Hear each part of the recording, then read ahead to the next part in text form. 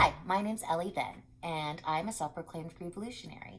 Today is episode number 2 of 11 stops on the Groovalution. On episode 1, we were introduced to Bali, to Mexico City, to Marrakesh, and to India. Today, it's anybody's guess, but let's spin the wheel. We're going to Iceland. I bet you I'm going to see a waterfall. Now, if you think that all waterfalls are the same, you need to go to Iceland. All right, I have to tell you, I went on yet another yoga journey to Iceland, and 2 things stuck out. Number 1, you can drive for a long time in Iceland, and you're not going to see a gas station. You're not going to see a mini mart.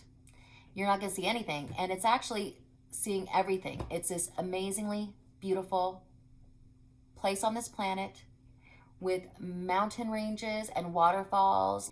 And then in Reykjavik, which is very pretty and quaint and delicious and sophisticated. They have delicious restaurants. They have art. It's a really nice visit. I went to a restaurant where I got a chef's seating. You get to watch a hot chef slice and dice before your eyes. And so I was captivated. And so he delivers something to the table and I'm like, this smells so good. It's like a smoked fish. But I didn't have my readers on. So it turned out it was smoked over dung. Can you imagine? And apparently when things get rough in the Icelandic region and the electricity goes away, they use dung for fuel. Another really fun thing to do when you're in Iceland is to go Viking hunting. And so I did that. That was amazing. The men are burly. So another interesting thing about Iceland, and this is actually just Iceland. This is not my fault. This is not me doing anything. They actually have a penis museum. Fun fact. They also were very inspiring in the way of the Blue Lagoon. The Blue Lagoon was where I drew the most inspiration from. It was this amazing thermal bath where they offered you free masks and there was a bar in the pool. So that was a great time. My word for Iceland would be Viking hunting. Between the Vikings and the landscape for days, I felt minute and really in awe as well. So next on the Groovalutionary train is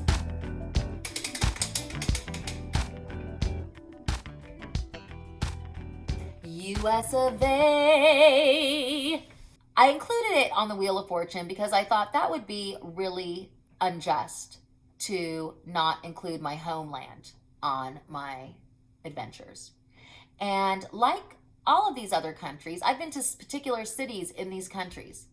In America, you could choose to end up in New York or California or Phoenix or San Francisco or Minneapolis. And if you thought that that was how America was, each of those cities was exactly the way America is, you would be very misled. America is a very, very fun, frolicking ground. I would say my favorite cities are easily New York and maybe Venice, California. So my word for America would be opportunity. The truth is there is, we are so lucky.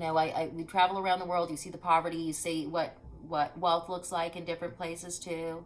And in America, we truly have access to so much. It's hard for me to say we have it all because I don't think anybody has it all. I think that we have to appreciate what it is that we do have, and whatever it is we do have, we have to make the best of it and not squander it. In America, I think that there is a lot to learn and a lot to enjoy, and the country's beautiful, and the people again are all different kinds of people together, and so that is really amazing in its way.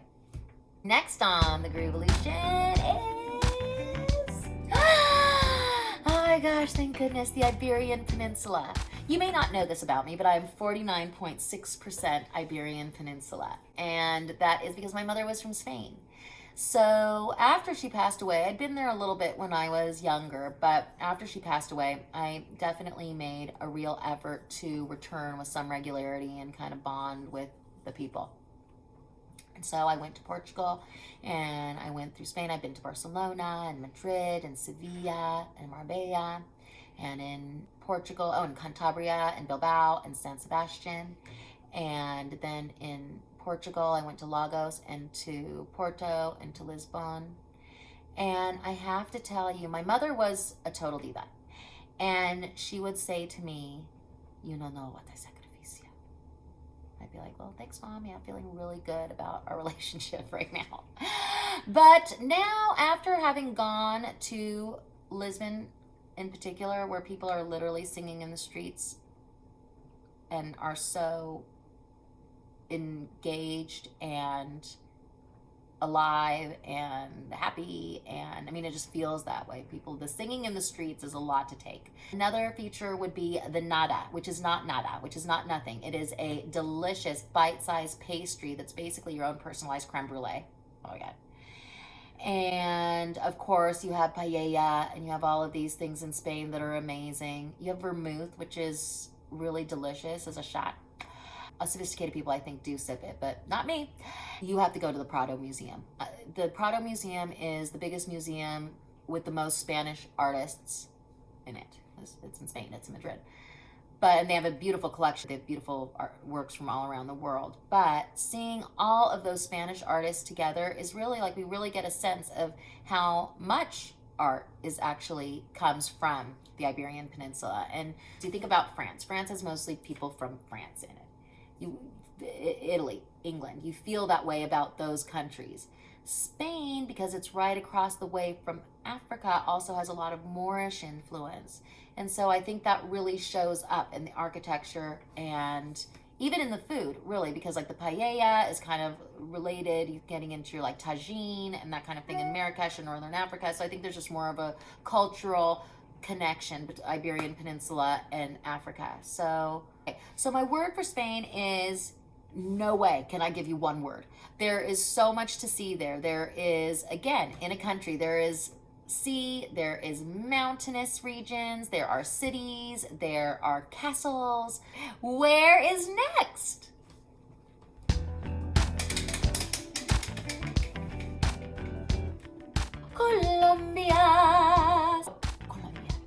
Colombia.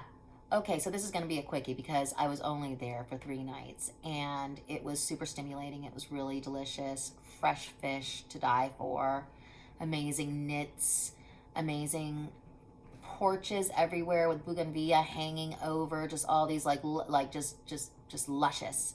And it's near the equator, so it's really hot. My hair was curly. Something that stuck out is everything is just incredibly colorful. Everything goes together. It's like you want to put 25 different pictures on the outside of your house with a couple of angels for decor. It goes. You want your door to be purple and your walls to be yellow. Beautiful, it works. But then there's also these layers again of sophistication, history, cultures, many cultures there. People all look very different. Creative inspiration for Cartagena would be that everything goes together. If you like it, just make it happen. My word for Cartagena would be multicultural.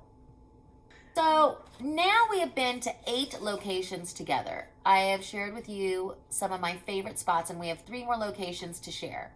I'm really hoping that by my sharing my travel experiences and the creative seeds that were planted from them will encourage you to go ahead and allow yourself to go through the experience of filling the well with great experiences, new faces, new places, and give yourself that experience of seeing something for the first time. It can really, really unleash your creativity.